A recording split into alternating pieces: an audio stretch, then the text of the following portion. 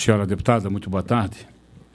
Quero também cumprimentar os senhores deputados, membros desta comissão parlamentar de inquérito, cumprimentar todas as senhoras e senhores ouvintes da rádio digital da TV AL, da TV Alesc, bem como senhoras e senhores ouvintes da rádio digital da Assembleia Legislativa de Santa Catarina.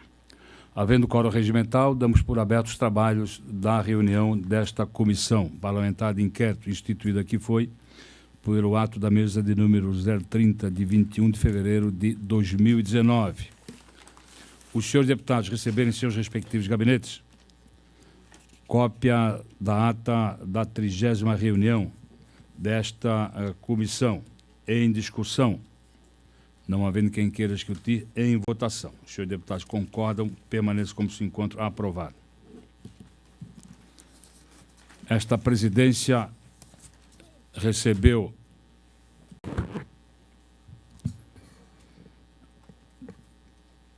do senhor engenheiro Venceslau Diotalev considerações acerca do seu indiciamento.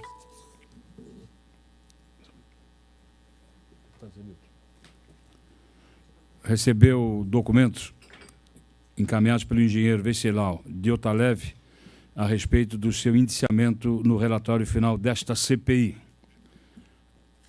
Dou conhecimento e recebimento do presente documento e, se os deputados quiserem tomar conhecimento, peço à assessoria que distribua a cópia aos senhores deputados, bem como também que faça a devida anexação a todo o processo. Não podendo, no entanto, interferir mais no relatório final do relator, mas, no entanto, peço para fazer parte de todo o processo. Senhores deputados, esse é o expediente, já votamos a coisa, vamos então à apresentação, o relatório do deputado Bruno Souza. Deputado Bruno, quantos minutos Vossa Excelência necessita para a leitura do seu relatório? Senhor presidente, eu necessito entre 45 minutos e 60 minutos. Deputado Bruno, vamos entrar num acordo, eu quero propor a Vossa Excelência que depois eu vou abrir a palavra a todos. 45 minutos, deputado, por gentileza. Irei fazer um esforço. Senão, eu vou dar 45 minutos para cada um dos senhores deputados. Farei um esforço, entretanto, gostaria Imagina, de completar a leitura aqui o deputado Gessé Lopes falando 45 minutos. Farei um esforço para ficar dentro do tempo. Não é, deputado Gessé? Senhor presidente, mas eu quero finalizar a leitura. Muito obrigado, deputado. Mas eu quero finalizar a leitura em respeito a todos que acompanham a CPI e todos os catarinenses, quero terminar a leitura do voto. São 17h12, mas quero dizer para todos os senhores deputados que os trabalhos da CPI transcorreram de forma normal até o dia de hoje e quero que continuará sendo normal, né? Peço às pessoas que se procurem sentar, né, porque senão nós passamos a ter excesso de pessoas aqui no ambiente. E o bombeiro militar, ele limita uma quantidade X de pessoas, né? Senhores deputados, vamos então à leitura do relatório por parte do deputado Bruno. Vossa Excelência com a palavra, por até 45 minutos. Senhores, nós estamos aqui diante de algo que considero relevante. O relatório divulgado na semana trouxe os números tão esperados sobre os recursos consumidos pela obra da ponte e esclareceu tudo que foi possível concluir após as oitivas. Hoje eu venho aqui com duas missões. A primeira é contribuir para a história da ponte em ter começo, meio e fim. Que todos os senhores possam pessoalmente acompanhar as evoluções e opiniões de maneiras mais claras e esclarecidas possível. A segunda missão é fundamentar de um jeito compreensível as indicações finais do relatório. Ele possui quase 2.000 páginas e é evidente que não será possível exaurir tudo em um único ponto final de conclusões. Chega a ser, inclusive, desleal exigir que o ponto de conclusões seja capaz de exaurir os temas. Inicio 40 anos atrás e avanço até os focos recentes. Não quero que esse momento seja o último capítulo da novela, pois a principal missão da CPI é mostrar que o que se encontrava oculto, é fazer que o cidadão sentir que a história da ponte foi passada limpo e que providências serão tomadas. Tudo que digo aqui encontra-se fundamentado com bases objetivas. Não deixei de indicar a responsabilização de determinados nomes por cargo ou peso político. Eu e o grupo de trabalhos que fizemos nossa parte e passamos a explicá-las aos senhores deputados e a quem nos acompanha. Primeiro, breves agradecimentos aos 31 deputados que assinaram a CPI, a criação da CPI, aos membros dessa comissão que tão pacientemente ouviram todas as oitivas e participaram desse trabalho todo, aos servidores da casa, que foram 30 reuniões trabalhosas e muitos documentos, muito obrigado a eles todos, às testemunhas e convidados, e a todos que, embora não estejam referidos expressamente, contribuíram para que chegássemos até aqui. E especialmente ao Ministério Público, junto ao Tribunal de Contas e o Tribunal de Contas e os servidores alocados para o trabalho, que garantiu um rigor técnico e imparcial na apuração. O que significa uma comissão de inquérito? Pelo próprio nome, essa comissão busca realizar um inquérito. Trata-se do primeiro passo de uma investigação, geralmente conduzidos por um delegado de polícia. No caso da CPI, de maneira simples, os deputados assumem a função de delegado, em caráter excepcional, para investigar fato determinado entendido como relevante. O inquérito é baseado em fatos, de maneira que não se espera que dele se aprofunde teses jurídicas, compare jurisprudência ou que efetue julgamentos. É o pontapé inicial, viabiliza a abertura de futuros processos e investigações. Em muitos casos, caberá ao Ministério Público continuar a investigação. Em outras situações, o que a CPI reuniu é suficiente para ingressar em juízo.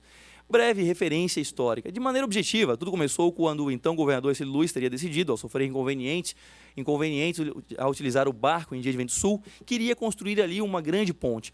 A conservação da ponte Ercílio Luz até o ano de 1958 ficou sob a responsabilidade do antigo DOP, Departamento de Obras Públicas, do Executivo Estadual. Em 1959, a responsabilidade passou a ser do DR, Departamento de Estradas e Rodagens, posteriormente chamado DEINFRA. Até o fim dos anos 70, a empresa Machado da Costa S.A. era responsável pela conservação. Há referências, inclusive, que tenham feito um estudo de estabilidade da ponte, com exames de estrutura no ano de 1978. Porém, poucos documentos da época chegaram até nós. E aqui eu peço licença para realizar uma curta reflexão sobre como o poder público conservou sua história e os resultados de semelhante desídia. Nós temos acesso hoje a documentos históricos que vêm dos impérios romanos, dos períodos egípcios, mas não temos acesso aos documentos anteriores a 1980 do nosso Estado, o que é lamentável. Em 30 de dezembro de 1980, foi assinado o contrato com a construtora Roca, o PG 114/80. Daí para frente, passaram a concentrar-se os trabalhos da CPI, visto que os contratos puderam, então, ser reanalisados e seus atores puderam ser ouvidos. Manutenção e reabilitação. É necessário diferenciar contratos de manutenção, que visavam apenas trocar peças e realizar serviços de pinturas, dos contratos de reabilitação, também chamados de contratos de recuperação. Esses últimos buscavam concorrer para a reabertura da ponte Ercílio Luz. Construtora Roca. Os primeiros contratos de manutenção, todos visavam a manutenção da ponte e suas redações eram genéricas, com serviços de jateamento, pintura, rebitagem e substituição de peças. De acordo com o sócio administrador da Roca, já naquela época a ponte era descrita como totalmente degradada. Além de referências como abre aspas, nós encontramos nas barras de olhal, que tem 5 centímetros de espessuras, buracos de 2,5 centímetros. Realizamos, sobre esse período, indicação ao governo no sentido de que, 1. Abstenha-se de contratar serviço de manutenção de estrutura por tarefa. E que 2, desde já contrate manutenção preventiva e rotineira para a ponte Ercílio Luz, conforme as melhores práticas do segmento. Recomenda-se à Secretaria do Estado de Infraestrutura e Mobilidade que promova estudos para rever o percentual da taxa de benefício de despesas indiretas, o chamado BDI, usado nas licitações, aceito pelo contratante. Pare de excluir os contratos e todos os documentos que compõem os instrumentos convocatórios de licitações dos canais de divulgações e publicação do órgão de infraestrutura. Pare de excluir isso, deixe ali para o acesso. Deixe de contratar serviço quando houver indisponibilidade financeira para honrar compromissos futuros. Contrato DJ 48 de 1982, firmado entre o DR e a Uzi Minas Mecânica S.A.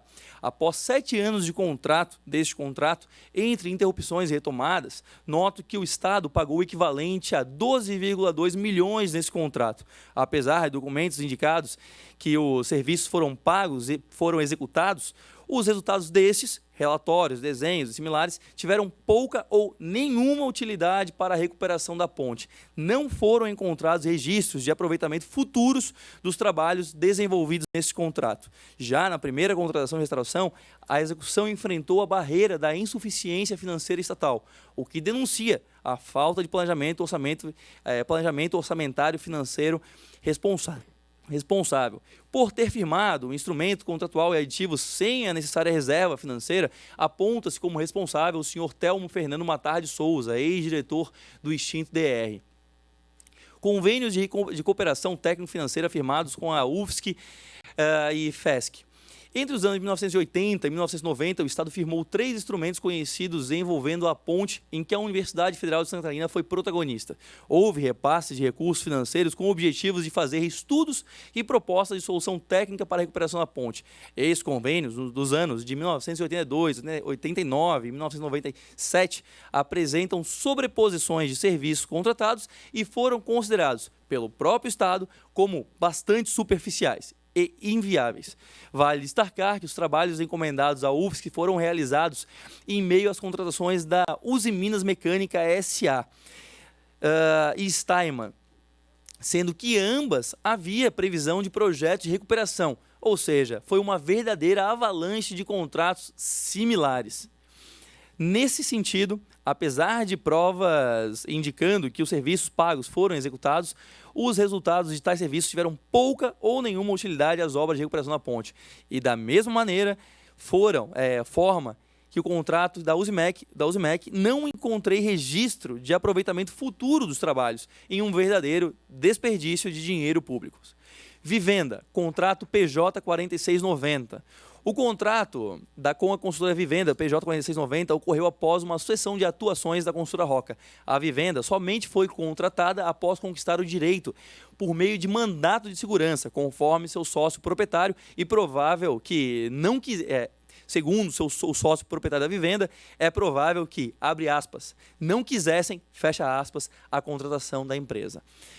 O contrato teve um aumento de valor polêmico por meio de um termo aditivo e a própria Vivenda levanta questionamentos sobre sua capacidade técnica. Afinal, é empresa especializada em casas pré-fabricadas, com reduzida experiência em estruturas metálicas. O caso não levanta indícios para a responsabilização de alguns dos envolvidos, com dados e documentos reduzidos. Reservam-me, ao sequer saber se possível comprovar cabalmente se a empresa executou o objeto contratado, recomendar ao Executivo que fiscalize obras similares para evitar contextos potencialmente danosos ao erário. Steinman Internacional, contrato PJ 001 de 93. Em 17 de março de 1993, foi firmado o contrato com a empresa norte-americana Steinman International Inc. para projetos de engenharia com vistas à recuperação da ponte, composto por 1. Projeto de recuperação. 2. Projeto de manutenção de estrutura. No caso da manutenção, foi estabelecida a elaboração de um manual de manutenção da ponte, origem de uma das ideias de proposição que apresentarei ao final do relatório. O valor do contrato era de R$ 739 mil à época, atuais R$ 9 milhões. Esta comissão requereu cópia do resultado final dos produtos contratados, ao que a Secretaria de Infraestrutura solicitou prazo de 20 dias, porém, até o momento não houve resposta nem justificativa. Apesar da inexistência de provas de execução dos serviços, ainda que tais produtos tenham sido entregues, seus resultados tiveram pouca ou nenhuma utilidade para as obras de recuperação da ponte. Novamente, um claro desperdício de dinheiro público. Por fim, é imprescindível saber sobre os responsáveis por aceitar o relatório final dos estudos contratados, para apurar responsabilidades administrativas e funcionais, já que o Estado pagou o valor contratado integralmente. Caso tenha sido entregue esse produto inservível, deve-se responsabilizar então o agente público que deixou de exigir a entrega de projeto execuível para a reabilitação, bem como o manual de manutenção. Por fim, há que se exigir dos prestadores de serviços o comprometimento do objeto contratado, avaliando-se a entrega parcial e final. Embora pareça ser o básico, a entrega do serviço contratado, chegamos a um ponto no qual, mesmo o óbvio, precisa ser dito. Consórcio Rocatec, o retorno aos serviços. Após a vivenda, ocorreram 4 contratos com o consórcio Roca-Tec, em 92, 94, 96 e 99. E no caso dos 2 primeiros, o objeto era a manutenção das 3 pontes de Florianópolis. Como não tivemos acesso ao detalhamento dos gastos, entendemos que os recursos de 1,4 milhões foram repartidos entre as estruturas. O único ocorrido antes da lei de licitação foi o primeiro, de 92. Mesmo assim, principalmente no caso de 94, houve contratação em modalidade não condizente com a legislação, incluindo 1. Ressarcimento de mão de obra e materiais. 2. Com pagamento de taxa de administração. O valor desses contratos alcançou 9,7 milhões de reais, destacando-se o fato de que, com base em relato de 1999, teria sido realizado jateamento e limpeza das superfícies, sem a aplicação de proteção anticorrosão. Tal fato pode ter contribuído para uma aceleração do desgaste da ponte e aumento do perigo de queda, colapso da estrutura. Contrato PJ 239/2005, firmado entre o DEINFRA e a TEC, Técnica de Engenharia Catarinense LTLA. Em 30 de setembro de 2005, o Estado assinou o contrato com a empresa TEC Limitada para a execução de serviços com aquisição de materiais e insumos para a manutenção da ponte, no valor atualizado de R$ 346 mil. No caso, inexistiu competitividade e concorrência, pois as empresas Roca e TEC, representadas por Tolstói Maia Duarte Tec e Raul Osório de Almeida Roca, atuaram em consórcio antes e depois da ocasião, havendo neste PJ 236 de 2005 combinação de preços, caracterizando indício de fraude à licitação, crime preconizado no artigo 90 da Lei 8666 de 93. Contrato PJ 015 de 2006, firmado entre o DEINFRA e o consórcio Roca-Tec. Em 16 de fevereiro de 2006, foi assinado o contrato com o consórcio Roca-Tec para restauração, reabilitação e manutenção da ponte, etapa 1, viadutos de acesso, como resultado de concorrência pública internacional no valor atualizado de R$ 49,5 milhões de reais. Aponto, a seguir, as principais irregularidades encontradas neste contrato. Assinatura do contrato sem constituição oficial do consórcio e utilização de CNPJ não pertencente ao consórcio, indício de crime de falsidade ideológica. No contrato, consta CNPJ diferente do consórcio. Este ainda não estava registrado e impedia a contratação por força da lei de licitação. É exigível que os agentes públicos e privados envolvidos tivessem conhecimento do fato, a saber, 1. Tolstói Maia Duarte, pela TEC. 2. Raul Osório de Almeida, pela construtora Roca. 3. O presidente da Infra época, Romualdo Teófanes de França Júnior. Os servidores, Dalmo Pickler Baesso, chefe do setor de contratos, e Ricardo Brion Soares, chefe da consultoria jurídica, ambos do DEINFRA.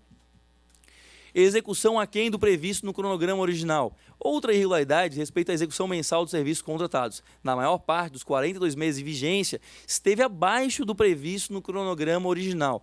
Somente 17 medições das 42, em 17 medições das 42, o percentual de execução do serviço foi atingido ou superado, sem qualquer atitude do DEINFRA fosse observado no período, a exemplo da aplicação de multas ou outras sanções. Visível ainda a alocação de trabalhadores em número inferior à previsão do contrato, o que contribuiu para o não atingimento das metas mensais de execução e para o aditamento do prazo. Como no item anterior, não houve cobrança efetiva do DEINFRA, nem tampouco aplicação de multas e demais sanções contratuais ou legais. Transferência do objeto contratado a terceiros, subcontratação. O consórcio Roca-Tec utilizou de mão de obra terceirizada cotidianamente, contra expressa previsão contratual. Tal fato resulta na rescisão do instrumento pelo DEINFRA, o que não ocorreu. O contrato vigorou durante 42 meses, mesmo com apontamentos claros do relatório de supervisão do consórcio ProSul com Cremate. Aplicação de multas, sanções e rescisões. Há penalidades de 10% sobre o valor da fatura quando, 1. Os serviços forem realizados com atraso, ou 2.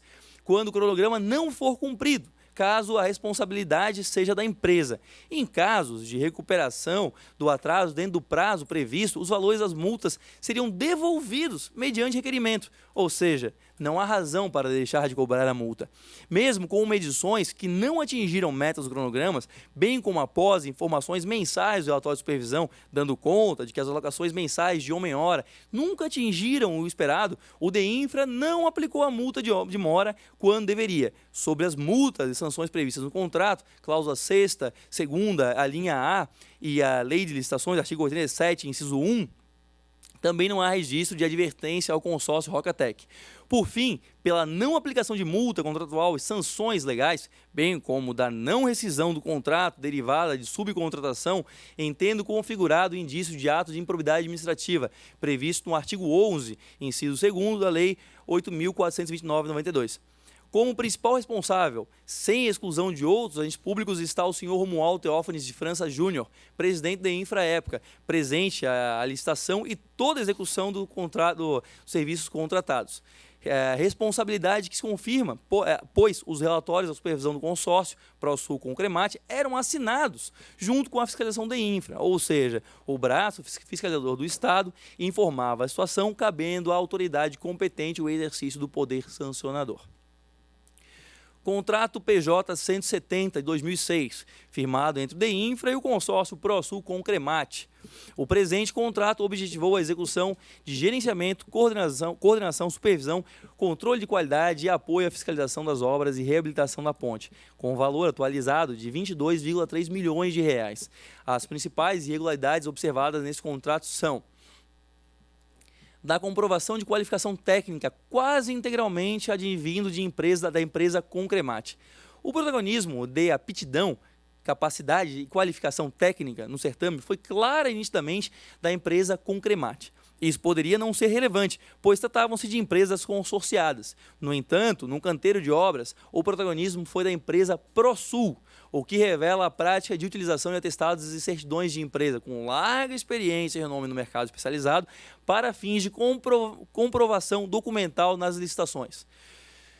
Substituição das equipes técnicas que pontuou na licitação. O consórcio ProSul com o Cremate atuou claramente com a intenção de apresentar uma equipe com currículo superior para alcançar altas pontuações na licitação, aumentando suas chances de vencer. Porém, no canteiro de obras, alocou o pessoal de currículo aquém do previsto, inclusive engenheiros com funções principais na equipe.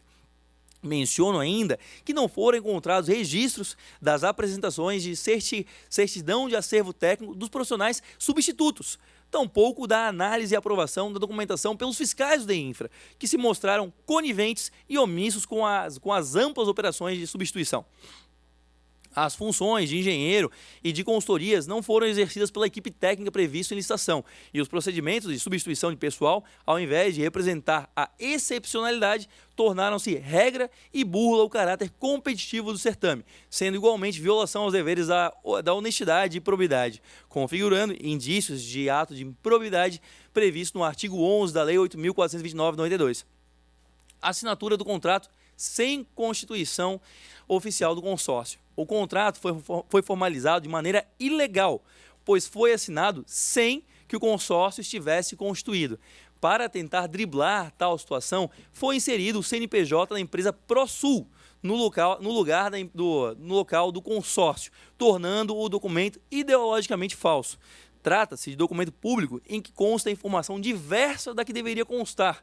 Foi viabilizada a assinatura do instrumento contratual quando, por expressa disposição legal, não deveria ocorrer, ou seja, alterando a verdade sobre fato juridicamente relevante. Firmaram o contrato o representante legal das empresas consorciadas, Wilfredo Brilling, o presidente do DEINFRA, à época, Romualdo Teófanes de França Júnior, e como testemunhas dos senhores Dalmo Pickler Baesso, chefe do setor de contratos, e Ricardo Brion Soares, chefe da consultoria jurídica no ano 2006. Porém, o instrumento também consta como chefe de setor de contratos. Impossibilidade de transferência de objetos contratados a terceiro. O consórcio ProSul com o Cremate utilizou mão de obra terceirizada cotidianamente contra a expressa previsão contratual, o que deveria resultar na rescisão pelo DEINFRA, o que não ocorreu. O contrato vigorou de 2006 até 2015. A ProSul acabou por terceirizar até o principal serviço de um contrato de supervisão, que é a coordenação e gerenciamento dos trabalhos. Logo, pela inércia diante da utilização de mão de obra terceirizada, sendo esta motivo de rescisão unilateral, resta configurado indício do ato de improbidade administrativa previsto no artigo 11, inciso 2º da Lei 8.429/92. Bem como pelo emprego de serviços interpostos que faziam parte do cerne do objeto contratado, verifica-se indício de ato de improbidade, classificado no artigo 11, caput e inciso 1º da mesma lei. Como principal responsável, sem exclusão de outros agentes públicos, está o senhor Romualdo Teófanes da França Júnior, presidente da Infra à época, responsável pela rescisão que não ocorreu. Por se utilizar de serviços indiretos, está o senhor Wilfredo Brilling, representante legal do consórcio perante da Infra, sócio majoritário e administrador da empresa ProSul, líder do contrato. Ausência de incisividade nos apontamentos relativos ao ritmo lento dos trabalhos do consórcio Florianópolis Monumento e atrasos no cronograma. O consórcio ProSul com Cremate realizou anotações e apontamentos referentes ao ritmo dos serviços do consórcio Florianópolis Monumento e do descumprimento dos cronogramas. Porém, as ressalvas apresentavam, no geral, informações diminutas e pouco incisivas. Ainda, o consórcio supervisor usava quase sempre a mera expressão de, abre aspas, ritmo lento, para descrever o andamento da obra, sendo que por muitas vezes registrou medições zeradas ou ínfimas. Estavam ausentes e indicativo acerca da viabilidade ou não de finalizarem a obra, bem como de aplicação de multas de mora e demais sanções. Mesmo após o aditamento de junho de 2012, quando a obra já deveria estar completamente pronta, o ritmo de execução do serviço por parte do consórcio Florianópolis Monumento continuou muito lento, exatamente como antes do termo aditivo, sendo que as anotações do supervisor mantiveram-se sem incisividade, ao menos até meados de 2013 e no ano de 2014, quando o consórcio Florianópolis Monumento abandonou definitivamente o canteiro, obrigando o consórcio ProSul a se manifestar a respeito.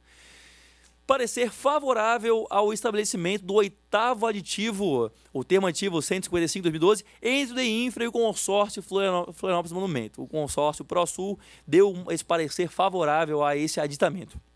O consórcio ProSul com Cremate deu parecer favorável à solicitação do consórcio Florianópolis Monumento de dilatação por mais 30 meses, entendendo como procedentes as justificativas, o que viabilizou a assinatura do termo aditivo 155/2012, o 8º termo aditivo. Noto que o pedido, entretanto, do consórcio Florianópolis Monumento foi genérico, o que já deveria motivar o indeferimento. Tanto o acatamento das justificativas pela ProSul com Cremate foi desprovido de fundamentação, sendo omisso. Inexistem base para o oitamento, já que uma parte ínfima do contrato havia sido executada após 3 anos e meio de contratação. Inclusive, a execução contratual passava, em 2012, pelo seu pior desempenho, o que logo após o aditivo agravou-se, demonstrando o grave equívoco aqui descrito. Vale lembrar que essa era a empresa que deveria supervisionar e alertar o Estado de possíveis riscos com o contrato que ela supervisionava. Ao invés disso, deu o aval para um aditivo em uma obra com todos os indícios de que não seria terminada. Extravio de volumes relativos ao consórcio PJ 170.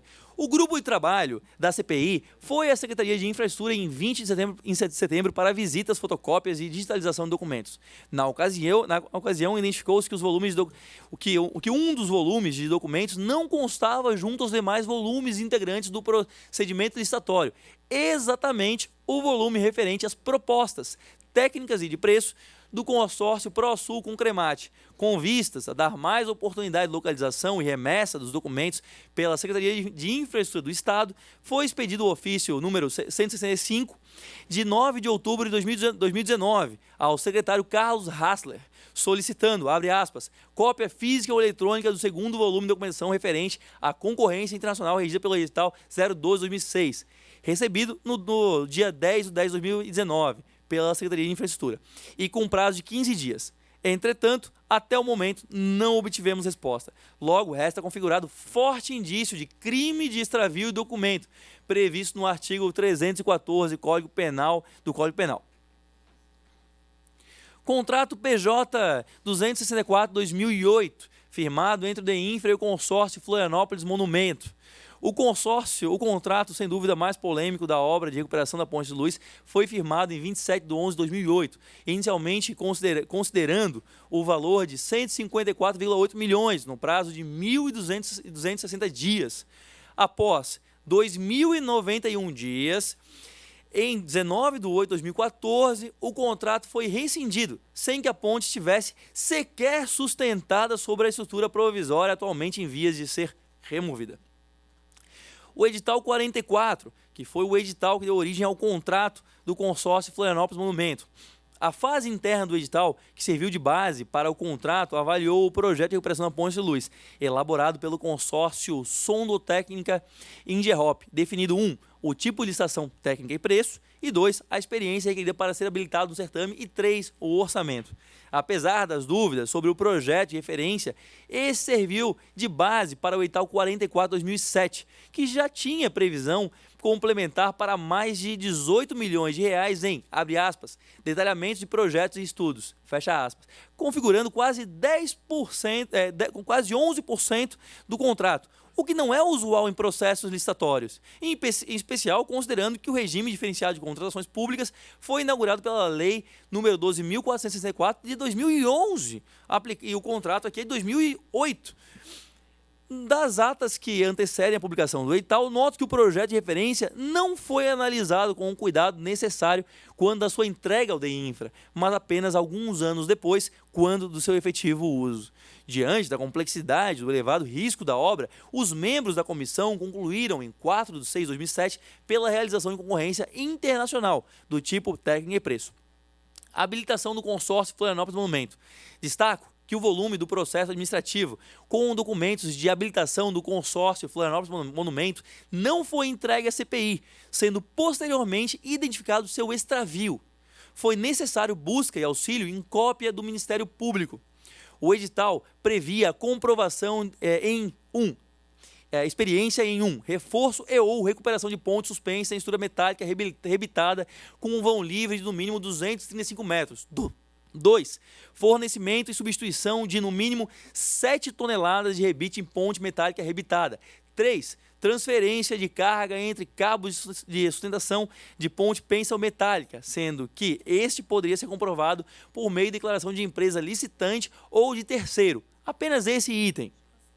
Posteriormente, a comissão de licitação entendeu que a experiência da empresa parceira serviria para comprovar todos os 3 requisitos, o que de fato não exigiria nenhuma experiência por parte da empresa ou do consórcio licitante, já que ela poderia usar a experiência de qualquer parceiro para todos os itens. Esse entendimento flexibilizou os critérios, em desacordo com o edital. Surge, neste caso, fraude ao caráter competitivo do processo licitatório. Assim, o consórcio Florianópolis Monumento foi habilitado a participar da abertura da proposta de técnica e outro participante declinou.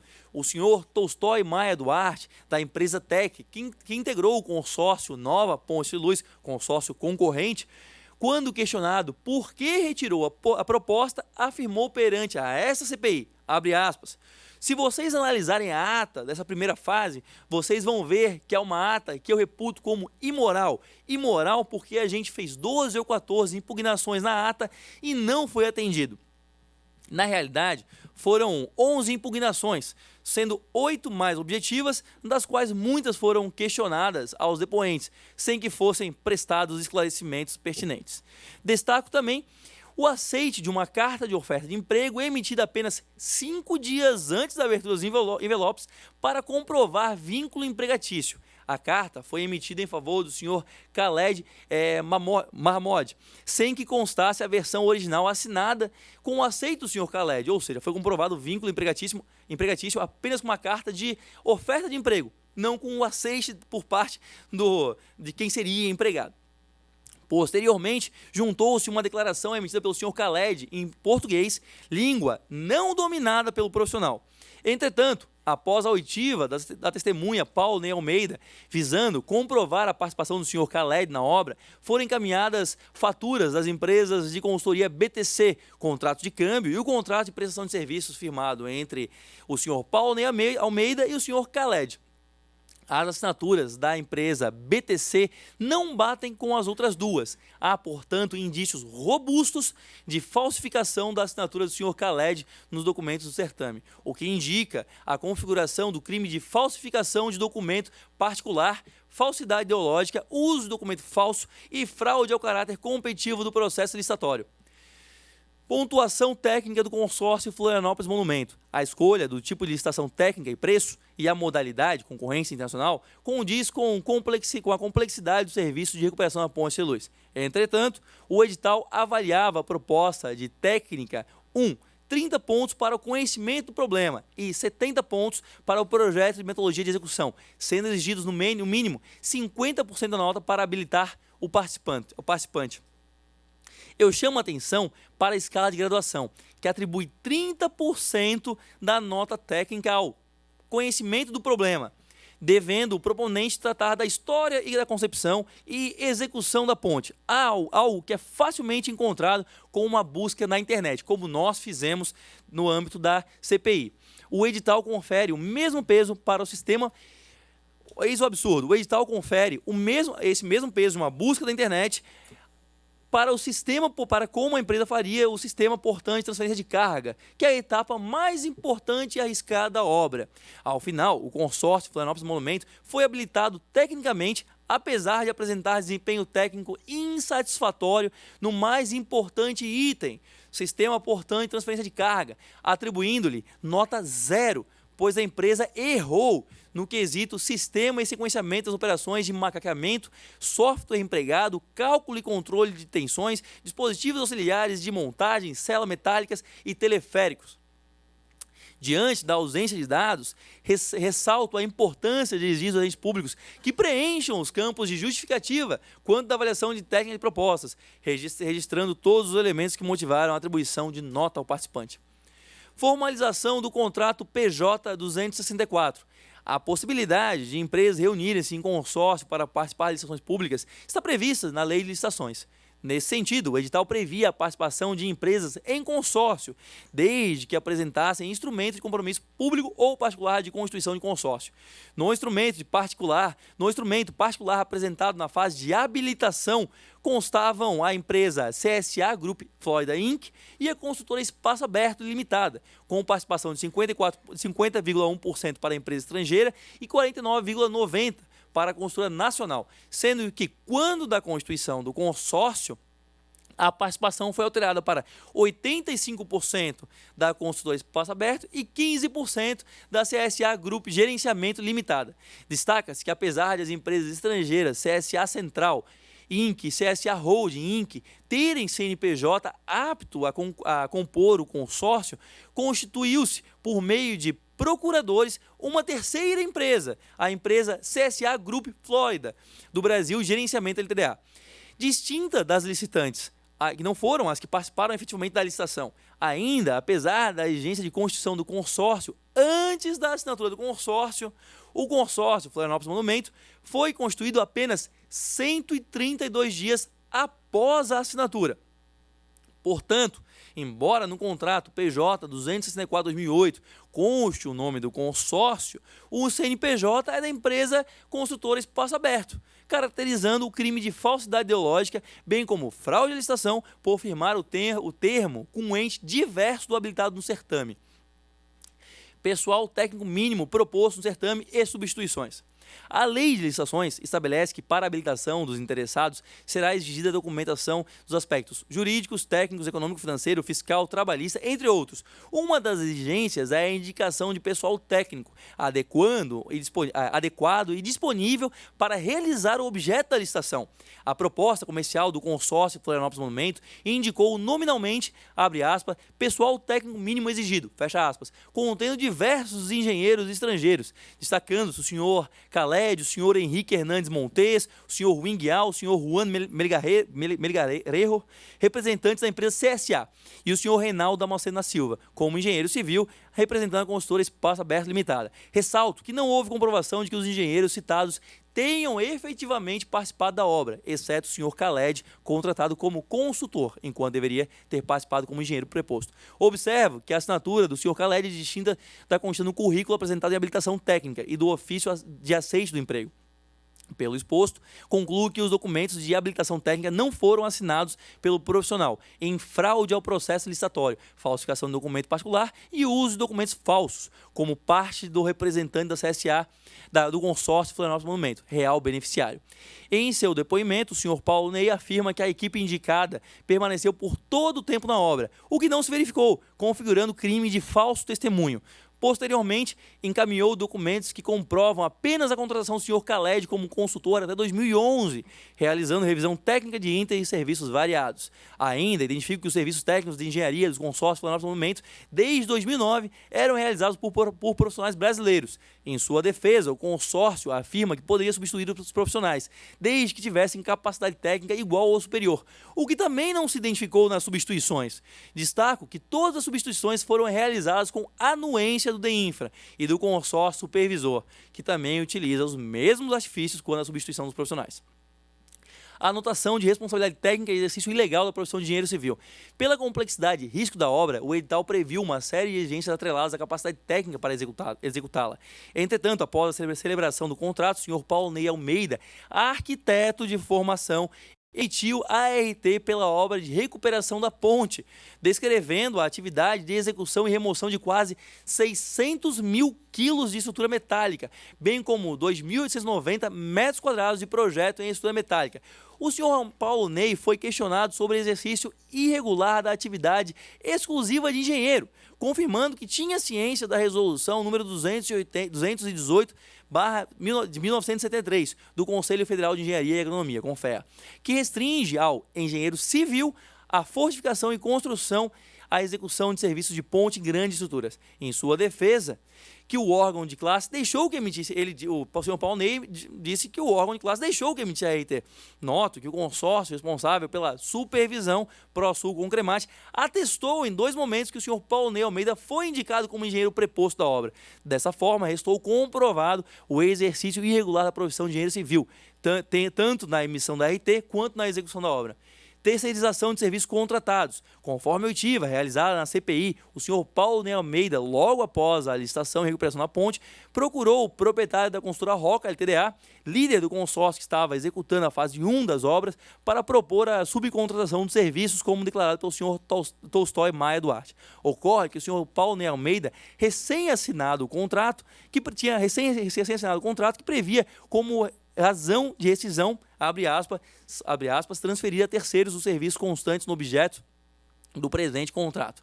O excesso de terceirização foi comprovado pelo volume de trabalhadores. Enquanto o consórcio Roca, responsável pela etapa 1, recuperação dos viadutos de acesso, informou uma média de 46 trabalhos, o consórcio Florianópolis Monumento informou uma média de 26 trabalhadores por mês. E agora o consórcio Teixeira Duarte tem 260 trabalhadores por mês. O senhor Gleison Lemos, engenheiro preposto do consórcio Florianópolis Monumento 2011-2014, afirmou com convicção que havia, abre aspas, perto de 100 trabalhadores, fecha aspas, e em média na obra. Na sequência, diante da média de 26 trabalhadores apresentados no gráfico que nós apresentamos aqui no telão, respondeu, abre aspas, 20 trabalhadores diretos, né? Fecha aspas, atestando maior parte dos serviços eram realizados por terceiros. O DEINFRA, por sua vez, designou o engenheiro do seu quadro efetivo para acompanhar as obras, contando ainda com consórcio supervisão. Portanto, conheciam a natureza da maior parte dos serviços subcontratados. Dessa forma, concluo que o consórcio Florianópolis Monumento subcontratou quase todo o serviço, em especial por não dispor de capacidade técnica. Capacidade técnica do consórcio Florianópolis Monumento e os projetos de engenharia. O acordo de constituição do consórcio apresentado no certame estabeleceu que o consórcio Florianópolis Monumento era formado unicamente pelas empresas CSA Group Florida Inc. e Consultor Espaço Aberto, tendo como parceiros a CSA Group Inc. e Amann & Whitman, Vinci e Freyssinet. Na prática, contudo, as principais decisões sobre o andamento da obra estavam sendo executadas por profissionais diferentes dos indicados no certame licitatório e que sustentavam a capacidade técnica do consórcio Florianópolis no momento. Apesar da experiência da empresa CSA Group Inc. em projetos, justamente nesta área, o consórcio Florianópolis Monumento utilizou de solução técnica de empresas nacionais, como a RMG e a TDB, reforçando a tese de que a experiência da CSA foi utilizada apenas na licitação. Além disso, onera o Estado em 21,2 milhões referentes ao estudo e projetos, das quais comprovou apenas a elaboração de projetos pela RMG, ao valor de 3,7 milhões, aplicando-se o exorbitante BDI de 34,86%. Ter-se-ia a comprovação de 5,8 milhões, havendo indicativo para devolução de 15,4 milhões de reais. Trata-se de um valor que poderá sofrer reajustes, caso se comprove a remuneração efetiva de eventuais projetos.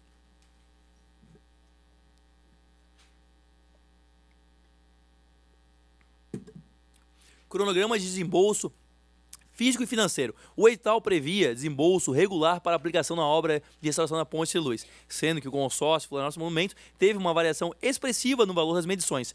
Inicialmente, o senhor Paulo Ney Almeida justificou a situação pela necessidade de paralisações para elaborar novos projetos. Por outro lado, o senhor Gleison, engenheiro preposto do consórcio, foi mais específico, afirmando que a ausência de faturamento ocorreu após a execução das fundações, que consumiram mais do que o dobro dos recursos previstos. Tratando de outro aspecto do tema dos desembolsos, o DEINFRA estabelece que o valor correspondente custos de canteiro de obra deve ser pago em 3 prestações, sendo a primeira quando o contratado alcançar 30% total dos serviços executados. Verifica-se que o consórcio Florianópolis no momento recebeu quase 3 milhões para a instalação do canteiro de obras e que a totalidade do valor para a instalação dos canteiros de obras foi paga na 34ª medição, em novembro de 2011, quando a obra estava com apenas 19% concluída. Houve, portanto, o pagamento irregular de 2,9 milhões pela instalação dos canteiros de obras, devendo o valor ser devolvido ao erário público. Destaco que este ponto é bem objetivo, de fácil constatação, e que o pagamento foi anuído pelos engenheiros da empresa de supervisão e pela fiscalização da infra, os quais devem responder solidariamente pela devolução dos recursos. Erros de execução, retrabalho e custos para retomar a obra. A EMPA S.A., Serviço de Engenharia, recebeu o equivalente a R$1.516.000 para realizar retrabalho na estrutura de sustentação provisória, referente aos serviços realizados pelo consórcio Florianópolis Monumento. A despeito do representante do consórcio Florianópolis Monumento não concordar no âmbito do contrato PJ 12 de 2015, foi reportado que diversas peças fornecidas e pagas continham erros de fabricação e montagem em obras, relativa aos ângulos de corte e ponteira, necessitando, portanto, de retrabalho. O consórcio Florianópolis Monumento e o engenheiro João Mota afirmaram que os serviços foram executados pela subcontratada TDB. Ocorre que o consórcio Florianópolis Monumento foi contratado para realizar a obra, assumindo responsabilidade pela execução, emitindo a EITE, sendo vedada a subcontratação.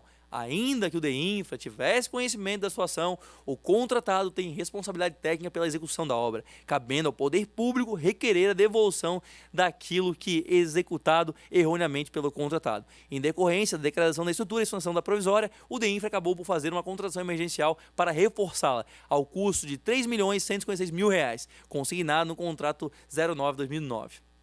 Entretanto, considerando que há uma relação direta entre o atraso na obra e a degradação da estrutura, sendo o atraso de responsabilidade da contratada, consórcio Florianópolis Monumento, atribui a responsabilidade pela despesa ao consórcio Florianópolis Monumento, que deveria ressarcir o Estado. Destaca-se que a obra tivesse sido realizada conforme previsto, se tivesse sido realizada conforme previsto, não haveria necessidade de reforçar a estrutura provisória. Além de todo o transtorno causado à população, o governo do Estado, após a rescisão do contrato, sofreu o ônus de procurar uma outra empresa para acabar o serviço. Numa das tentativas, uma comissão visitou a sede da empresa American Bridge, apresentando o projeto e convidando a empresa para finalizar a obra. Apenas nessa viagem infrutífera, o poder público catarinense gastou R$179 mil. Morosidade para ressarcir o contrato PJ 264. O contrato PJ 264/2008, contrato com o consórcio Florianópolis Monumento, foi firmado em 27/11/2008, com prazo inicial de 1.260 dias, ou seja, 14/5/2012. Após a realização de alterações contratuais que promoveram a mudança do método construtivo e alteração na planilha de preço, justificando-se que seria mantido o prazo contratual, consta-se que a execução do contrato estava muito aquém do previsto. O senhor Sebastião Rezende, que trabalhou na supervisão da obra do período 2009 a 2015, registrou a sua preocupação com o ritmo da obra, afirmando que quando se aditou o prazo, fazendo referência ao 8º aditivo, também era possível antever o que não seria possível terminar em dezembro de 2014, sendo do conhecimento da coordenação e da diretoria do consórcio de supervisão. Deputado Bruno, por gentileza. Estamos acabando aqui. Já passaram os 45 minutos. Vossa Excelência, mais 5 minutos? Estamos terminando aqui, presidente. O cronograma financeiro anexo ao oitavo termo aditivo informa que os recursos para transferência de carga seriam exigidos em maio e junho de 2013, logo após cessar as despesas com a estrutura espacial.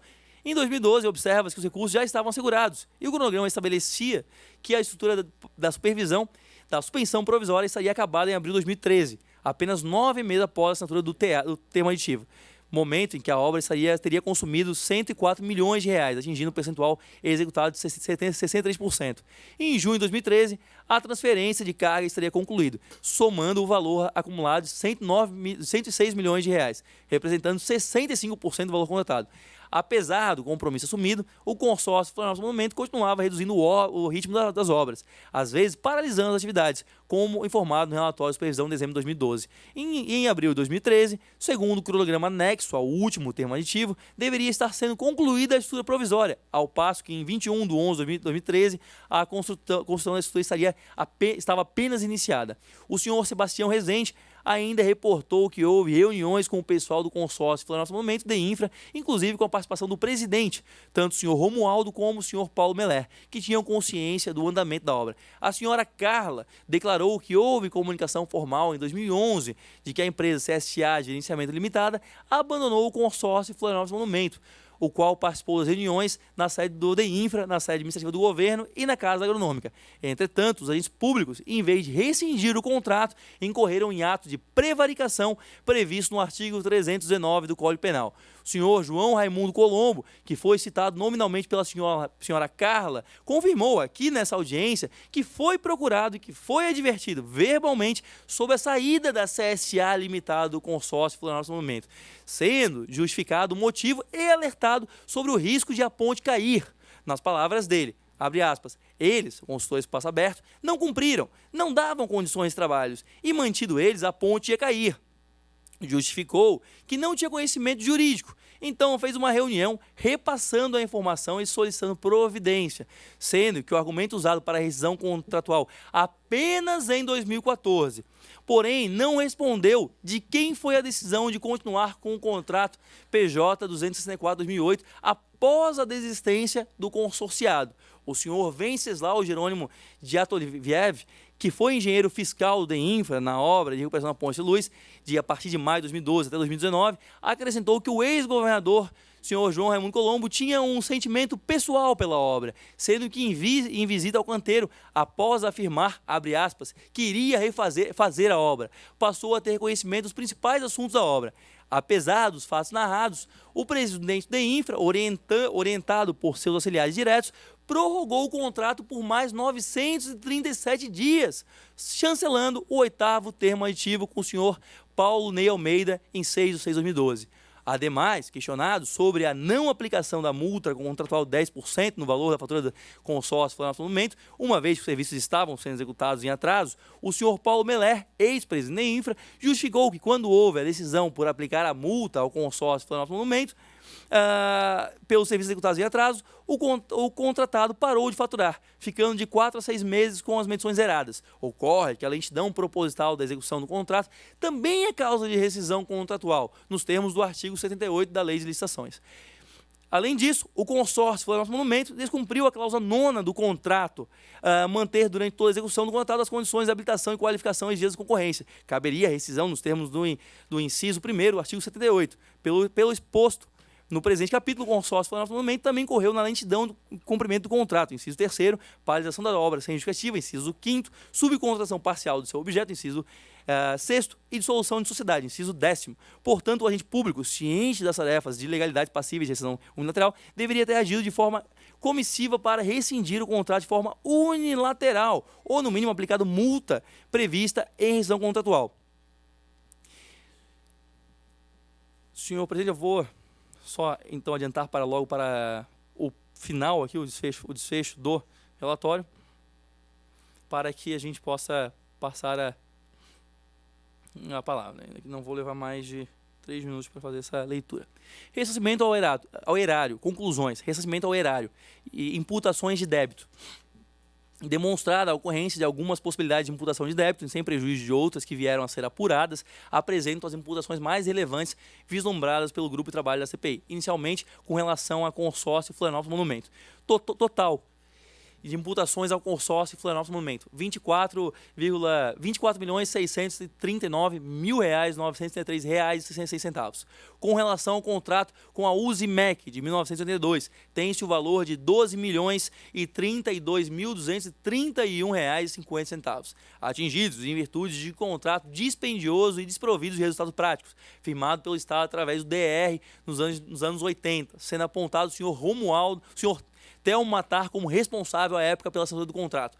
No tocante à contratação da Steinman, 1993, tem-se o débito equivalente a R$ 5.248.989,15, passíveis de ressarcimento, a depender da efetiva comprovação de realização e entrega do objeto contratados, não apresentados pela Secretaria de Infraestrutura a esta Comissão Parlamentar de Inquérito, conforme exposto no corpo do relatório. Contratos firmados após a constituição e instalação da CPI. Alguns instrumentos contratuais referentes à Ponte de Luz restaram firmados já durante o curso da CPI, notadamente após a definição do escopo da investigação, sendo que tais contratos serão considerados para fins de cálculo dos valores totais empregados na estrutura da Ponte de Luz. Contudo, não serão aprofundados nesses relatórios.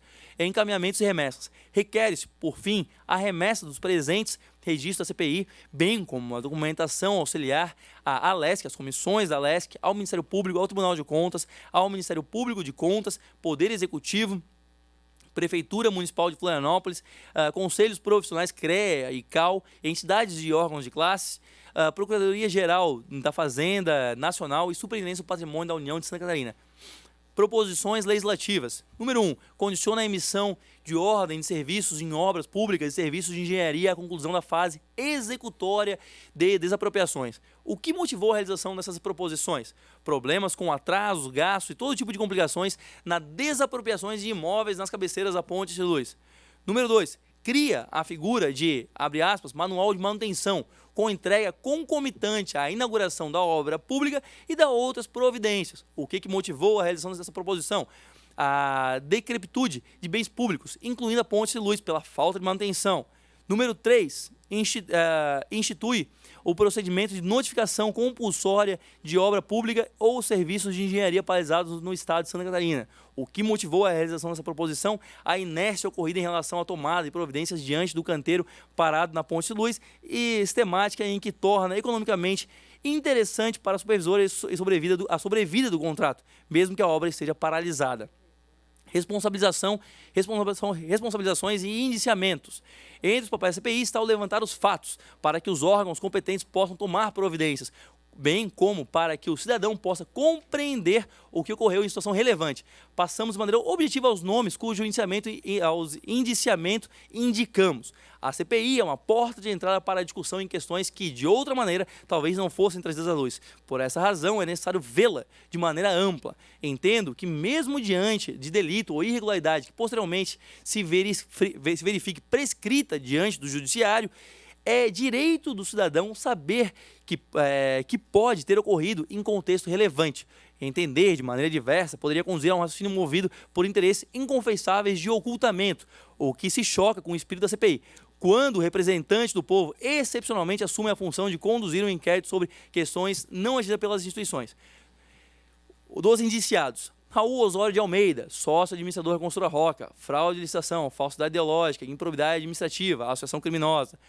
Telmo Fernando Matar de Souza, diretor-geral DR, SC, no início dos anos 80, possibilidade de imputação de débitos, 12,2 milhões de reais. 3. Senhor Tolstói Maia Duarte, sócio administrador da TEC, por fraude à licitação, improbidade administrativa, associação criminosa. 4. Sidney Lourenço Dalsaço, engenheiro supervisor e sócio da empresa TEC, por associação criminosa. Humbert Beck Jr., por associação criminosa e falsa testemunha. 6. Roberto Alexandre Zatar, assumiu diversos cargos diretivos no DEINFRA, presidente da Comissão de Licitação durante a concorrência, que culminou com a contratação do consórcio Florianópolis Monumento, fraude à licitação e improbidade administrativa. 7. Senhor Paulo Ney Almeida, sócio administrador da consultora Espaço Aberto, por falso testemunho, lavagem de dinheiro e falsidade ideológica. 8. Marcos Peixoto Amin, servidor do Badesc, por improbidade administrativa. Luiz Antônio Ramos, diretor do Badesc, por improbidade administrativa. Justiniano Pedroso, diretor do Badesc, por improbidade administrativa. Olívio Carazec Rocha, diretor do Badesc, improbidade administrativa. 12. Eduardo Ramon Régua, que foi servidor do INFRA e contratado da consultora Espaço Aberto. Advocacia criminosa, fraude à licitação, improbidade administrativa e falso testemunho. 13. Senhor João Raimundo Colombo, ex-governador do Estado, por prevaricação, improbidade administrativa e condescendência criminosa. 14. Senhor Paulo Meller, ex-presidente do DEINFRA, por prevaricação, improbidade administrativa e advocacia administrativa. Tendo em vista a ocorrência das invasões das cabeceiras e realizações das desapropriações e o retorno de invasores a terrenos já desapropriados. 15. Senhor Venceslau Jerônimo Diatovlevski, fiscal de infra, fraude à licitação e improbidade administrativa. 16. Wilfredo Brilling, sócio administrador da ProSul, por falsidade ideológica e improbidade administrativa. 17. Celso Magalhães Carvalho, engenheiro da ProSul, por improbidade administrativa. 18. Senhor Romualdo Teófanes de França Júnior, ex-presidente da Infra, por condescendência criminosa, falsidade ideológica e improbidade administrativa. 19. Senhor Dalmo Pickler Baesso, servidor do setor jurídico de Infra por falsidade ideológica. E 20. Senhor Ricardo Bridon Soares, servidor jurídico do DEINFRA por falsidade ideológica. No caso das pessoas jurídicas que atuaram nas obras da Ponte de Luz, entendo-se concorrer para os resultados observados por essa comissão parlamentar de inquérito, por certo, com variadas cargas de responsabilidade, de modo que sugere-se investigações de procedimentos adotados com o fito de eventual apuração de irregularidades. Na eventualidade de constatação de atuação indevida, surge a possibilidade de sanções tais como declaração de inidoneidade ou suspensão à atuação em procedimentos licitatórios, bem como outras constantes na legislação específica. Destacam-se os seguintes nomes: 1. Construtora Roca Limitada, TEC, Técnica de Engenharia Catarinense, ProSul Limitada, Consultora Espaço Aberto Limitada, Consórcio Florianópolis Monumento, CSA Grupo Florida Inc. e CSA Limitada. Senhor presidente, esses eram os indiciamentos e os encaminhamentos. Muito obrigado. Senhores deputados, feita a leitura do relatório por parte do deputado Bruno, eu vou abrir a discussão acerca do presente relatório. Mas quero aqui dizer a Vossas Excelências de que, conforme parecer emitido por parte da Procuradoria da Casa, questionada que foi por ofício desta presidência no dia 9 de outubro, acerca do período de validade ou não da CPI, ao final ela diz que, ante o exposto, entende-se que a comissão terá o dia 3 de novembro para a apuração de fato determinado o que efetivamente ocorreu, foi cumprido. E conforme o que faculta o parágrafo 5º do artigo 41 do Regimento Interno, até o dia 2 de 12 para a elaboração e apresentação do relatório final, o que também foi feito. E hoje o deputado Bruno faz a leitura do seu relatório e voto. Então, eu abro a discussão do relatório e voto do deputado Bruno, já com a palavra o deputado Ismael dos Santos, que substituiu, por ato da mesa, a deputada Marlene Freire. Vossa Excelência, com a palavra. Obrigado, senhor presidente. E sem tempo, porque o deputado Bruno levou 1 hora. Por determinação, Vossa Excelência, se desejar 1 hora também. Por determinação partidária, a gente está substituindo a deputada Marlene. Eu gostaria de cumprimentar, senhor presidente, senhora deputada, senhores deputados, reconhecer, deputado Bruno Souza, sua tarefa exaustiva de pesquisa e de narrativa sobre a ponte Hercílio Luz, bem como os respectivos contratos para sua respectiva restauração. Por outro viés, senhor presidente, sendo muito sintético na minha intervenção, eu gostaria de alertar aqui, acho que 2 questionamentos preliminares. O primeiro, que o próprio deputado já declinou, a questão da prescrição, que, embora historicamente seja importante para todos nós catarinenses, como bem colocado na linha de tempo, né, passa a ser questionada até onde essa comissão pode efetivamente imergir, né, do ponto de vista cronológico. E talvez a questão que mais nos tensione aqui, sem dúvida, é a questão dos indiciamentos declinados no relatório. Lembrando aí que o indiciamento é essa atribuição de uma prática de um crime, tá? E que é sinônimo de uma responsabilidade criminal e que vale salientar, talvez seja uma questão de hermenêutica, deputado Bruno, a competência dessa CPI legislativa, né, até onde podemos ou não responsabilizar criminalmente os arrolados nesse indiciamento. Diante disso, senhor presidente, senhores deputados, particularmente eu não tive acesso ao documento, ao documento físico, né? Tudo o que ouvi foi nessa tarde, pela voz do relator. E, diante disso, eu percebo que é imperioso, senhor presidente, se não imprescindível, um tempo razoável, mínimo, um tempo hábil para, de fato, imergir no relatório, ler o relatório com cautela, talvez este final de semana, né, tiraríamos esse tempo, para que possamos tecer as devidas considerações sobre as proposições em tela. Então, essa seria a minha intervenção e a minha solicitação, senhor presidente.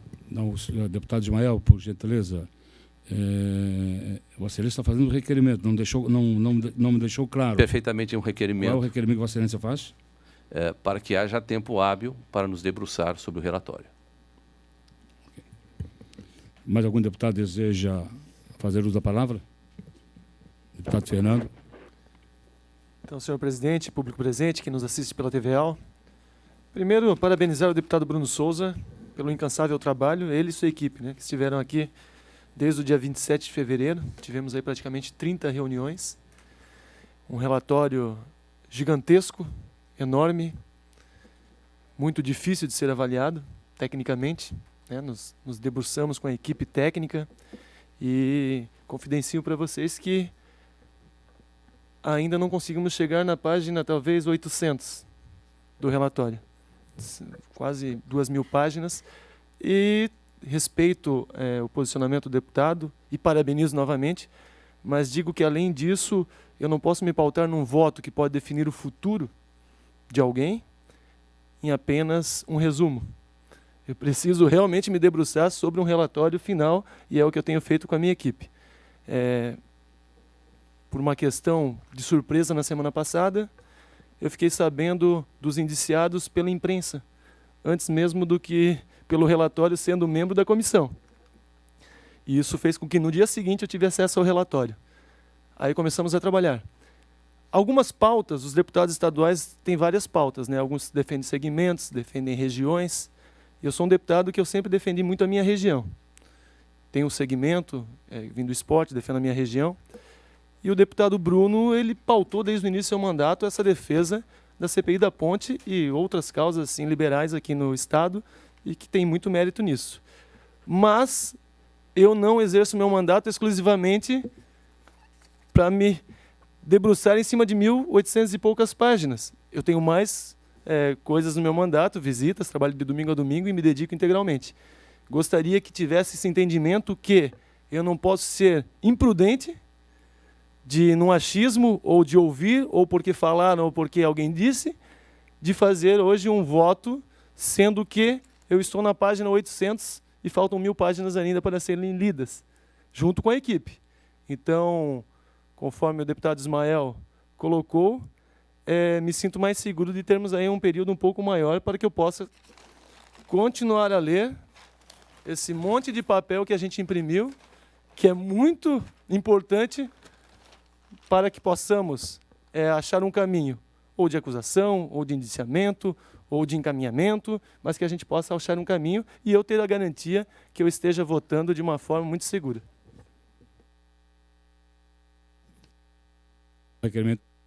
Requerimento, Vossa Excelência. O requerimento é que a gente tenha mais um prazo aí deliberado aí por todos, que a gente possa fazer uma leitura na íntegra do processo. Deputado Luciano Carminati, Vossa Excelência com a palavra. Perdão, presidente, não só a leitura e o entendimento técnico e jurídico do processo. Eu quero cumprimentar todos que estão aqui acompanhando esta reunião da CPI.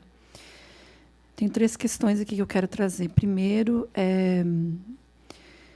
destacar o grande trabalho que o deputado Bruno fez. Reconhecer aqui publicamente. Nós podemos ter divergências, e temos muitas, várias, profundas. Muitas, várias, profundas, né? Acho que mais divergências do que convergências. Mas eu sou muito tranquila nisso. Acho que numa democracia a gente precisa saber reconhecer os potenciais, as capacidades, né, e as dificuldades que cada um de nós temos.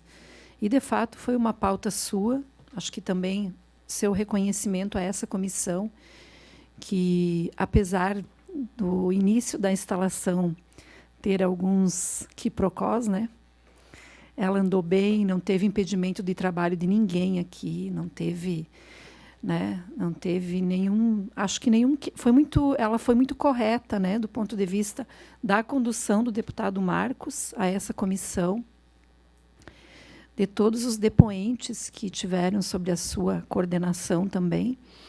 Então, acho que não tenho nenhuma crítica a fazer nesse aspecto. Eu tenho dúvidas. Ontem o deputado Sargento Lima entrou em contato comigo pedindo o voto. Eu disse, olha, eu estou aqui lendo isso até a madrugada e depois eu viajei para cá, eu não consegui terminar. E vou trazer uma dúvida aqui que eu acho que a gente precisa aprofundar. Esse indiciamento, ele é cível, ele é criminal? Qual que é o teor desse indiciamento? Porque eu fiz algumas pesquisas e não consegui chegar a essa conclusão. Porque nós estamos falando aqui de recurso público, de empresas e de pessoas. Acho que a gente tem que ser muito responsável, né, com o dinheiro público, de hoje, de ontem e de amanhã, muito responsável com aquilo que a gente atribui ao crime que as pessoas cometem, né?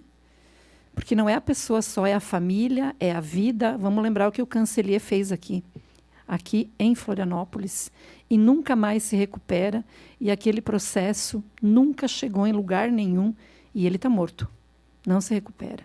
Então, eu sou muito responsável nas minhas decisões. Não quero condenar ninguém sem ter certeza absoluta, e aqui não é nós que condenamos, obviamente, mas o indiciamento, ele já é uma condenação, né? Imagine nós, deputados, indiciados aqui. Como fica isso para a sociedade e para a nossa vida? Então, a gente tem que ser muito sério nisso. Então, o que é esse indiciamento civil e criminal? Eu queria que Vossa Excelência, que fez a proposição, né, da decisão final, esclarecesse, mas eu quero terminar dizendo, tem algum prejuízo, presidente, já que foi aqui solicitado a prorrogação, né, para mais alguns dias, porque nós terminamos a semana que vem. Também não quero ficar aqui em janeiro. Mas tem algum prejuízo a semana que vem a gente ter mais uma reunião da comissão? Quero saber se tem prejuízo, porque senão a gente vai ter que votar hoje. Solicito, né? Vossa Excelência, faça o requerimento, se é esse o objetivo de Vossa Excelência. Ok, então fazendo um requerimento verbal aqui, tirar essa dúvida aqui para ver se tem algum prejuízo, né, aos desdobramentos dessa comissão. Deputado Gessé Lopes, depois deputado Gerry. Boa tarde a todos. Queria primeiramente parabenizar o deputado Bruno por essa bandeira que ele levantou, lá ainda no dia da posse, né, carregando a planilhinha, arrecadando as assinaturas. E foi onde eu fiquei sabendo dessa movimentação dele e me coloquei à disposição prontamente para ajudar. E de lá para cá eu vi o quanto ele se empenhou nesses trabalhos. Então, fica aqui minhas parabenizações. Tirando a questão do deputado Ismael, que está aqui hoje, acho que pela primeira vez, na CPI, realmente, né, dá para dizer que o senhor precisaria dar mais uma lida, enfim, né? Mas todos os outros nós aqui estamos aqui desde as primeiras reuniões, e muito daquilo que vocês estão lendo foi o que foi falado aqui, são as oitivas, né? Então vocês estão lendo algo de novo, algo que num primeiro momento já foi conversado e debatido aqui. Eu acho que nós não podemos agora comprometer todo um trabalho de investigação porque vocês querem ler todas as páginas de coisas ao qual já foram, inclusive, lidos aqui, conversado e discutido e interrogado as pessoas. Nós já tínhamos que estar com um parecer era a nossa obrigação aqui como membro já chegar aqui com um parecer, não esperar agora ele entregar para daí ler e começar os trabalhos. E esses 8 meses serviu para quê? Aí nós vamos comprometer todo o trabalho da CPI, falar para as pessoas aí que estão acompanhando que não deu em nada, porque tem que ler o relatório de algo que foi debatido aqui, construído durante o ano inteiro. Deputado Jessé, por gentileza. Senhoras e senhores, até o dia de hoje não houve qualquer tipo de manifestação das senhoras e senhores que se fazem presente nesta reunião. Peço calma, serenidade, até porque cautela e caldo de galinha não faz mal para ninguém, por gentileza. Eu acho que investigação ela nunca é demais. Se tiver dúvida de alguém, eu volto pela investigação. O Flávio Bolsonaro, do meu partido, investiga. Se tiver dúvida, investiga. Aqui nós não estamos condenando ninguém. Nós estamos aqui aprovando para levar para o Ministério Público, para daí eles decidirem se abrem um inquérito e vão investigar. Eu acho que aqui é o nosso dever hoje sair disso aqui com essa pauta aprovada para a gente dar um resultado para as pessoas que acompanharam o nosso trabalho, que pelo menos, principalmente o Bruno, divulgou a cada reunião, e agora para dizer que vai ficar para o ano que vem, porque pessoas que eram para estar aqui já cientes do que seria tratado, dizer que tem que ler, mais tempo para ler, e aí vira o ano e não demos os resultados que a CPI merece. Então, eu fico aqui para que a gente faça essa votação ainda hoje, presidente. Deputado Jerry Comper.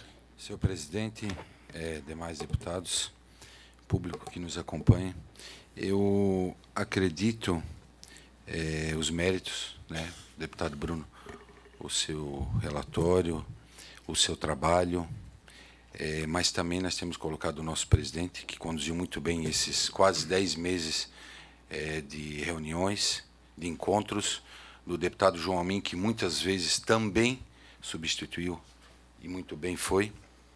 Hoje o deputado Ismael substituindo a deputada Marlene, que tem compromisso em Brasília, isso, né?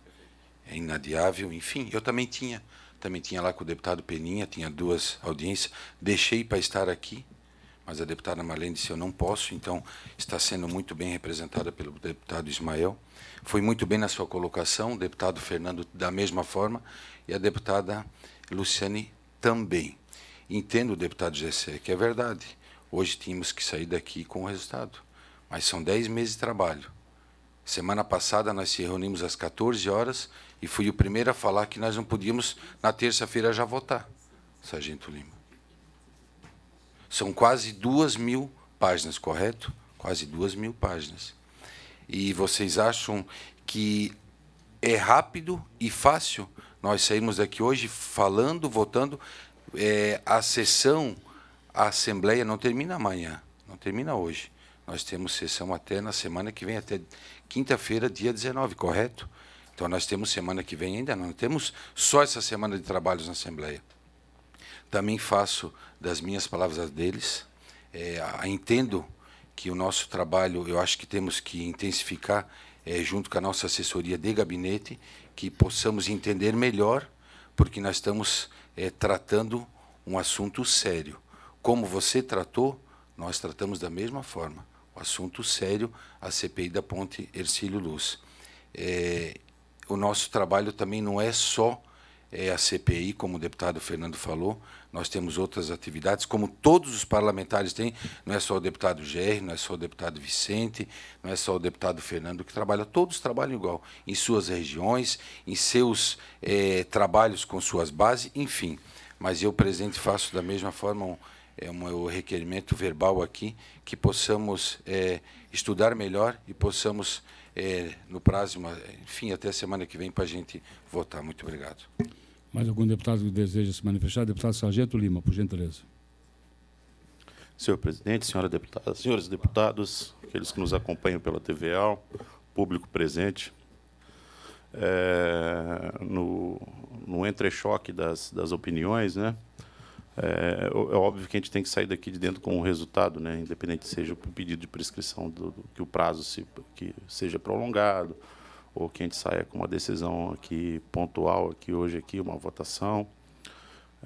Isso é para isso que existe essa casa, justamente para o diálogo e para que haja uma ponderação de todas de ambas as duas linhas de pensamento, de ambas as duas teses, né?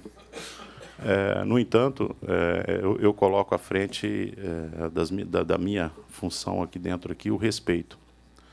Primeiramente, se a gente tem que contabilizar, né, todas essas horas trabalhadas nossas aqui dentro de cada um dos funcionários dessa comissão, nesses últimos 9 meses. Se a gente colocar isso na ponta do lápis, a gente vai chegar a um valor realmente considerável, né? Todos os funcionários da casa, a hora trabalhada do deputado, a sua assessoria, isso aí chega a um valor considerável, que também advém, num primeiro momento, assim, do bolso do cidadão, do contribuinte. E é esse mesmo contribuinte que ele tem um anseio muito grande de ver, né, o final dessa história ser concretizado ali. Por isso que eu reafirmo mais uma vez ali que é um entrechoque, né? Tem a minha opinião, que, no meu entendimento, hoje seria o dia ideal de sairmos daqui já com uma resposta, seja lá qual for, né? Ainda vai passar por um processo de votação. Mas, enfim, apesar de todas as atribuições que o deputado tem, né, uns mais, né, destinados às suas classes, às suas regiões e assim por diante, mas para isso somos pagos. Indiferente do volume de trabalho que cada um tem dentro do seu gabinete, para isso somos pagos, né? E eu estou satisfeito com o que ganho para o que eu estou fazendo e tenho conseguido absorver isso. Nós, durante quase 10 meses, a gente, de forma diligentemente, acompanhamos os depoimentos e fomos nos inteirando do assunto.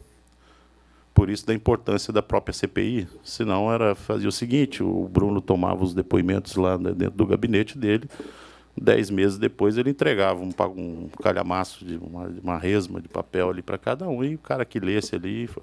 Para isso, realmente, que houveram, né, cada uma das sessões, cada uma das oitivas, do acompanhamento, do depoimento de cada um deles aqui dentro, das pessoas que foram chamadas e sempre vieram e foram bem prestativas a dar seus depoimentos aqui. Parabéns para elas também, né? Parabenizo, lógico, né, o deputado Bruno, né? Bastante trabalho, pude acompanhar que foi uma carga excessiva mesmo, ter se agarrado a uma causa tão nobre dessa aí, quanto que é o defender o dinheiro público. Então, na verdade, eu não consigo entender assim, falar assim, pô, eu preciso entender melhor, né? Conforme o deputado Bruno ia lendo o seu relatório, eu ia me acompanhando aqui, né, lembrando de um por um dos depoimentos, né?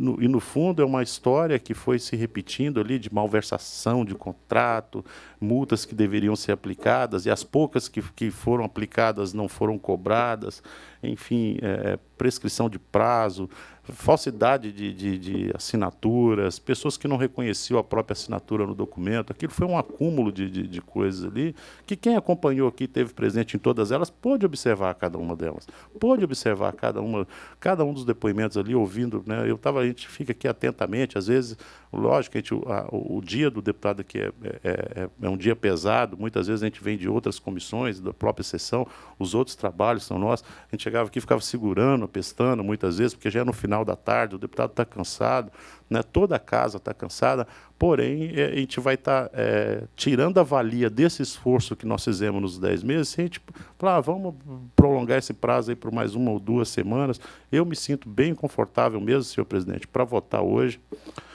Eu não vejo óbice de forma alguma aqui, para quem acompanhou, com exceção do deputado Ismael ali, que seja mais uma vez bem-vindo na nossa comissão aqui. E, lógico, a gente tem que ter esse discernimento. E, olha, nós estivemos aqui presente por 10 meses. Não dá para alegar e falar assim, olha, isso é uma matéria desconhecida para mim, isso não tem como falar isso. Totalmente desconhecida para mim. Eu estou buscando essa forma de pensar aqui, mas realmente não. E como eu disse, nesse entrechoque aqui, eu espero que prevaleça o entendimento das pessoas que estavam aqui presentes aqui. Quero ressaltar também que, apesar de haver pressão por parte do público, né, o meu mandato é meu, eu não voto conforme associações, agremiações me compelem a votar. Tá? E o dia que eu abri mão disso, eu perdi minha característica para a qual me trouxe aqui. Se vou perder posteriormente o voto dessas pessoas, não me preocupo, porque pressionou, não deixou de pressionar. O voto de pedir que a votação seja hoje, de aclamar para os meus colegas que a votação seja hoje, é algo meu. Não representa uma classe ali que poderia, talvez, me pressionar para fazer uma votação nesse sentido. Mas é o justo. Acompanhamos por 9 meses, a gente teve a oportunidade de ler, temos uma monstra assessoria jurídica, que o cara pode colocar isso dentro do gabinete dele, quantos assessores ele quiser para trabalhar nisso, nesses 10 meses, e teve tempo de ler, teve tempo de acompanhar toda a matéria. Então, senhor presidente, seria isso aí. Eu não vejo problema nenhum de votar isso aí hoje, muito pelo contrário. Eu acredito que tem pessoas que estão ávidas, aguardando isso, que é o contribuinte, que, como eu disse, não pagou somente, não vê somente o prejuízo, né, do total montante da ponte, mas é o prejuízo também disso que a gente está fazendo hoje aqui. São funcionários, hora trabalhada aqui dentro, e o contribuinte precisa dessa resposta aí. Muito obrigado. Eminente deputado João Amigo, por gentileza. Senhor presidente, público que nos assiste, os demais deputados, parabenizar o deputado Marcos pela condução dos trabalhos, foi realmente muito bem conduzido. Parabenizar o trabalho do deputado Bruno, como relator da CPI, e dizer que eu estou preparado para votar. Estou preparado para votar, tenho 5 apontamentos a fazer e, obviamente, que se for retardada ou for dado mais um prazo para os deputados a lerem, estudarem, se aprofundarem, provavelmente os meus tópicos vão aumentar, porque se eu falar para vocês que eu li as quase 2.000 páginas, eu vou estar mentindo. Mesmo eu não estando na oitiva aqui, né? Eu não posso mentir na CPI, não consegui ler, a equipe me ajudou muito. É um trabalho amplo, complexo. Foi feito um combinado aqui na última sessão da segunda-feira que imediatamente iria ser disponibilizada a cópia aos membros da CPI. Não aconteceu. Esse registro tem que ser feito.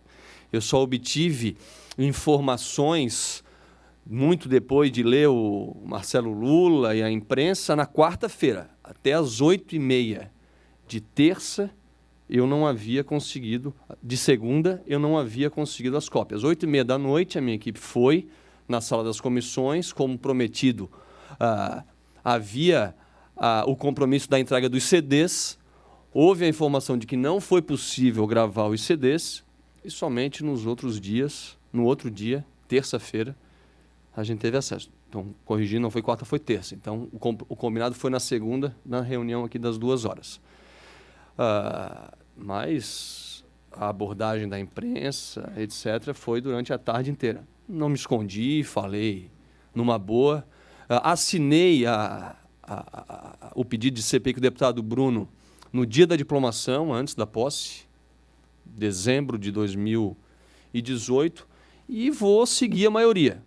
Os meus 5 tópicos, as minhas 5 abordagens que eu iria fazer aqui, talvez aumentem se a maioria decidir por uma outra reunião. Mas, se não, o ótimo é inimigo do bom e estaria, não 100%, mas preparado para emitir a minha opinião. Senhores deputados, Vossa Excelência quer falar? Pode, sim, com certeza. Na verdade, apenas esclarecer um fato aqui, né? Primeiro, em relação até A deputada Carminati faz um levantamento de uma questão importante e é importante que se esclareça até para que todos os deputados se sintam seguros com o que está acontecendo aqui, com o que nós fizemos. Gostaria de falar sobre o método que nós... Primeiro, como foi escolhido. Não escolhido porque os fatos que escolheram, na verdade, mas como que foi elencado cada pessoa aqui que está relacionada no relatório. Não foi uma escolha pessoal minha, longe disso, até mesmo porque algo que muitos estão esquecendo é que isso é uma parceria. Todo o nosso trabalho, nossa equipe, era formada pelo meu gabinete, mas pelo Ministério Público, junto ao Tribunal de Contas e com o Tribunal de Contas. Ou seja, não foi uma escolha do meu gabinete, foi um trabalho realizado por essa equipe. Então, cada escolha ali foi muito criteriosa, passou pelo crivo dessa parceria com os outros órgãos de controle também. Então, cada nome ali a gente fez com a responsabilidade, ciente dessa responsabilidade, que afinal, colocar um nome aqui é realmente algo que tem um peso, nós reconhecemos isso, por isso que tudo que nós fizemos, nós conseguimos justificar cada coisa, cada ato, o motivo de cada item que a gente tem aqui. Então, cada nome que está aqui está muito bem respaldado, não pelo Bruno, mas pela equipe que se criou. Não teve nenhuma decisão, como algumas bobagens que a gente ouve aí pela imprensa, às vezes, de vez em quando, uma decisão política de colocar ou não colocar alguém. Eu não escolho os fatos e eu não escolhi sozinho também as pessoas que estavam ali. Foi uma decisão do trabalho, depois de averiguar muito. Nós não fazemos aqui, deputada, também indiciamento, nós fazemos um pedido de indiciamento. Ao Ministério Público que cabe a ele fazer, é uma sugestão ao Ministério Público. O Ministério Público, então, que faz a interpretação, ele pode interpretar de maneira divergente da nossa, né? E não dar provimento àquele indiciamento. Então, o Ministério Público ele pode fazer a denúncia, Bruno, ou ele pode... Me permite? Na página... Me permite? Claro.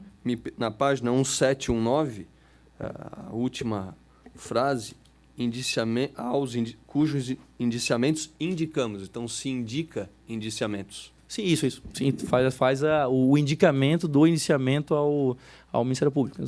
Como falei, aí o Ministério Público pode ter uma interpretação diversa da gente. Mas, novamente, o que nós fizemos aqui não foi com... É um crivo muito, muito técnico. Eu estou muito, muito tranquilo em relação ao rigor técnico que nós fizemos cada página desse relatório aqui, que são, na verdade, até para que quem nos acompanha entenda, são 1.800 páginas total, mas o voto tem 392 páginas ali. Então, cada página daquela ali, eu estou muito tranquilo com o resultado que nós fizemos ali. Senhores deputados. Questão de ordem, presidente. Deputado Fernando Crelinho ainda, por gentileza. Só, talvez eu não fui bem entendido pelos amigos deputados. Nós tivemos 120 dias de CPI por tempo regimental. Por não ter terminado todo o processo, foi pedir prorrogação de mais 120. Estou errado? Foi isso, né? 120 mais 120. Para dar continuidade ao processo. Foram 30 reuniões, praticamente 10 meses. Não estou querendo fugir de nenhuma responsabilidade de voto. Não devo nada para ninguém. Cheguei aqui com muito trabalho, com muita sola de sapato. Não tenho... E também outra coisa... Pressão de rede social, pressão disso, daquilo, também não tem problema nenhum, também não foi isso que me trouxe aqui. Mas quero ser coerente no meu voto. Eu não posso enganar a minha consciência, eu não posso.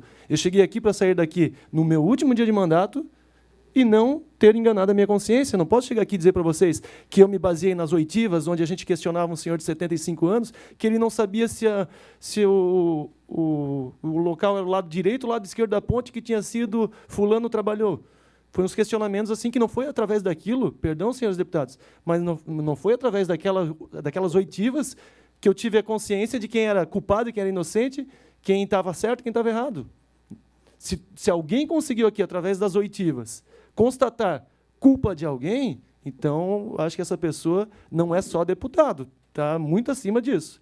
Não posso me basear nas oitivas. Agora sim, depois de um relatório muito bem feito por uma equipe técnica, agora sim, deputado Bruno, faça a avaliação do seu relatório, que novamente te enalteço, te elogio, porque foi muito trabalhoso, foi muita dedicação em cima disso, você, toda a equipe técnica. Mas eu vou me basear em cima desse relatório. E aí sim, agora basear o meu voto em cima dos questionamentos das oitivas aqui, eu não consegui chegar numa conclusão desses questionamentos. Se alguém conseguiu aqui, que me corrija. Mas realmente foi muito difícil ser avaliado. Senhores deputados, volto a lembrar Vossas Excelências de que o dia 3 de novembro foi o prazo final para a apuração de fato determinado, o que foi cumprido. Perfeito? Diz ainda o parecer da Procuradoria-Geral que o dia 2 de dezembro era a data para a elaboração e apresentação do relatório final, o que o deputado Joamin acaba de dizer que recebeu no dia seguinte. Pois bem, mas não necessariamente no dia que é lido o requerimento que nós temos que fazer a votação do relatório. Perfeito? Os senhores deputados estão pedindo tempo para fazer o exame. E, na condição de presidente, eu defiro o requerimento de Vossas Excelências. Não entramos nem no período de discussão, só discutimos o requerimento. A discussão vai ficar para a reunião final. Então, eu vou deferir o requerimento dos deputados que pediram tempo, está deferido. Nós vamos encerrar a reunião e, na próxima reunião, que será na próxima terça-feira, nós vamos abrir a reunião, partir para a discussão do relatório voto deputado e votação na terça-feira. Mas abro a palavra a Vossa Excelência, deputado Joamin. Eu tenho uma sugestão de encaminhamento, mas eu queria que o Bruno, como relator, concordasse, senão eu retiro a minha sugestão de encaminhamento. Se marque a reunião, que vai ser marcada ainda, que acabou de ser deferida por Vossa Excelência, para a próxima segunda-feira, então, para que na última semana de trabalho dê-se tempo para se colocar em pauta e se votado. Que a próxima reunião deputado seja na segunda-feira. Terça-feira está marcado. Antes da sessão, então. Terça-feira, 17 horas, depois da hora do dia. O presidente e o deputado Júlio Garcia vai botar os projetos na quarta-feira. Quarta-feira. Então nós vamos ter tempo. Posso fazer uma consideração? Pode, deputado Bruno, por gentileza. Bom, foi deferido já pelo presidente, então eu apenas quero deixar novamente aqui registrado e a nossa disponibilidade da nossa equipe que trabalhou no relatório à disposição dos senhores para que tenham qualquer dúvida, nos procurem, para que a gente possa eventualmente esclarecer algum ponto, alguma dúvida que possa auxiliá-los. Senhores deputados, então, está deferido o requerimento dos deputados que fizeram o pedido. A reunião será encerrada, convocada outra para terça-feira da semana que vem, 17 horas, para a discussão e votação do relatório do deputado